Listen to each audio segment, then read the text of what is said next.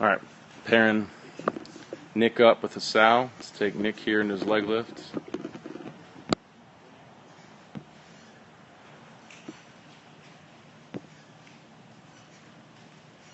Let's take a Sal here into his leg lift. All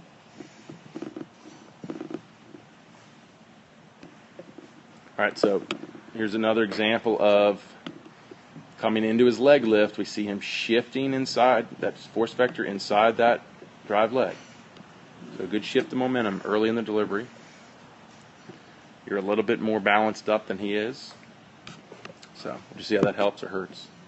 Let's take you into your load. Okay, so there you go. Where's your momentum going? A little bit. We can see you coming out of your leg lift. We see that momentum more going down at this point. Let's watch this out. Okay, we see that momentum going a little bit more towards the target. And I think that's across the board. We see that. And that's, too, when you look at ground reaction forces of low velocity pitchers, they peak their force way too early. You're halfway through your stride peaking your forces, and the high velocity guys are peaking it way later than you. So that initial movement down like that is going to cause you to peak too early because your force is going to go down, and then you're going to have to peak it to get out and change your direction back towards the target.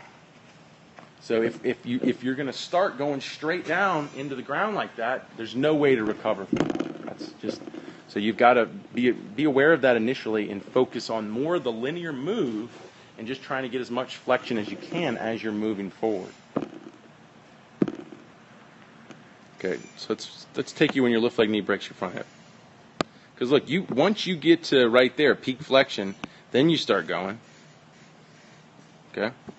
But notice when your lift leg knee breaks your front hip, you got some flexion in your drive leg, just it doesn't look like you're loaded that well. It looks like there's a lot of weight already shifting into your front side. So Sal does that early extension into launching his leg. So when his lift leg knee breaks his front hip, look how linear he is and look how loaded he is on his drive leg.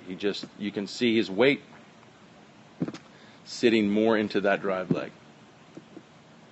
Okay, so let's see how linear that is. Okay. It's definitely more linear. So that also means he's covered more distances at this point than you. So potentially he has more speed moving through his body as well. All right, so let's take you to front foot. Okay, so you pull your heel back and then you turn it over and look at your back knee. See how your knee slams down? Now, that's that hitter's move. And you know, I've seen high velocity guys do that. Now here's the difference between the two. If it doesn't, I believe it's not effective in putting force behind your hip when your knee is just driving down. I think when we actually push force that way, that tends to put more force behind your hip. The other thing is a collapsed rotational move puts you in a short stride. Here's the problem with the short stride.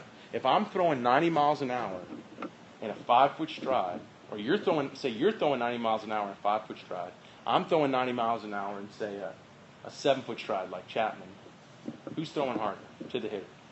Me or you? Me. Because I'm 2 feet closer to the hitter.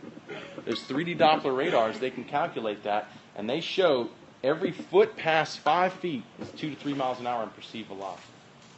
So if I'm 2 feet closer than you, I look like I'm 96 or 90, say 4 to 96, and you look like 90.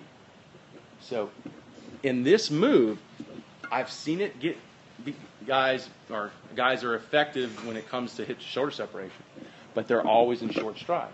And I remember this one guy sent me this footage of this guy in college throwing 100 miles an hour, and he had the same move. His stride was barely 5 feet. And they're like, we can't figure it out. This guy throws 100 miles an hour and gets hit all over the field. So I'm looking at this guy. He's barely hitting 5 feet. I'd say he's more 4.5 feet throwing 100 miles an hour. And I'm like, well, you know, if you got a kid who's throwing 95 at 7 feet and he's throwing 100 at 5 feet, that guy throwing 95 probably looks a lot harder than him based on the perceived velocity. So that's another key benefit to an extension, a full drive leg extension. I ultimately believe it will always beat out the rotational back leg when it comes to force through the hips. I believe it'll always beat it out. It doesn't mean you still can't do it. And it always will put you in a full stride as opposed to a short stride and that more rotational back leg. So you've got a decision to make, Nick. Do you want to keep getting better at with this move, or do you want to start to apply a more, triple extension move into your leg? Because it's a different move, and that's a lot of the frustration you had. Is I was trying to get you to use a different move. So that's something that you're going to have to play with and work on.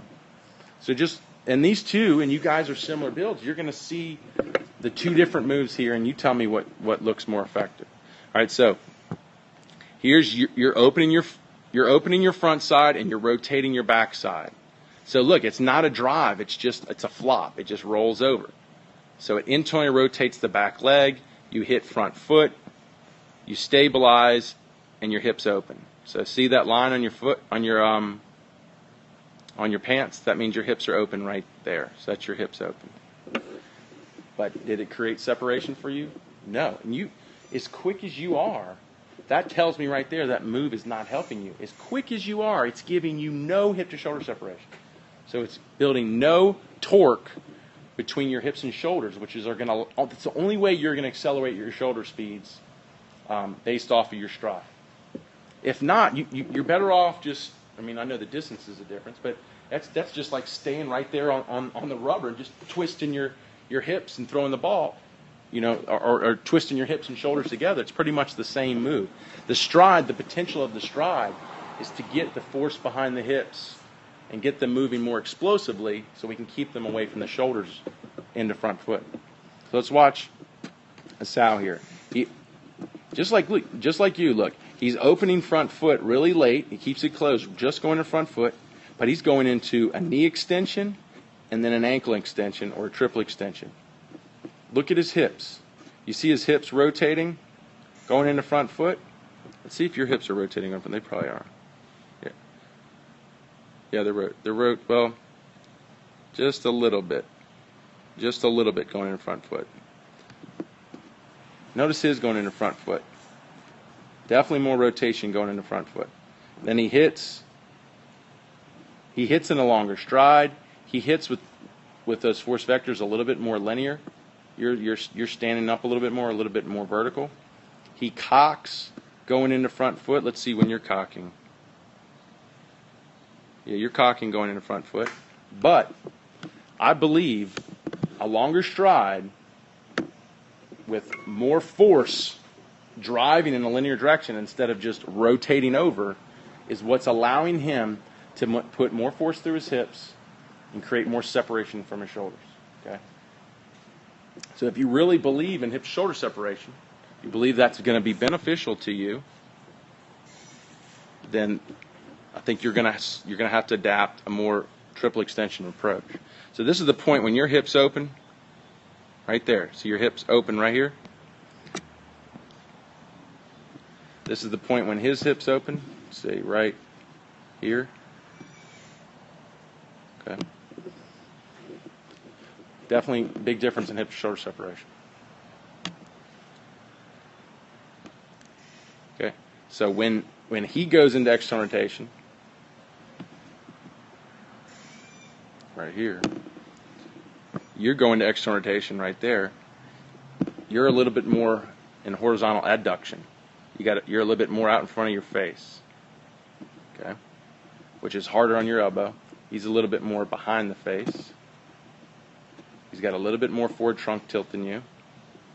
He's got more front leg extension. Well, no, y'all got the same front leg extension. He's just a little bit more linear than you. You're a little bit more vertical. And if you would have had a more linear front leg, and that would have came through a longer stride, through a more extension through your lift leg, creating a longer stride, which, this is our final opportunity to generate arm speed. So these components here are telling us we're fully torqued out. We're in the best position to transfer all those ground reaction forces up the kinetic chain and into that ball. So like I was telling you, from front foot strike to pitch release, I'm very impressed. I just would like to see you learn how to load and drive and extend into a bigger stride and work on hip shoulder separation. I think that would really be the key to you because you have a lot of speed, and I think the reason you take a rotational approach is because you don't have a lot of power. So I think when you start to get more power, more hip mobility, then you will be able to move more easily into that deeper load, more explosive, longer stride through triple extension.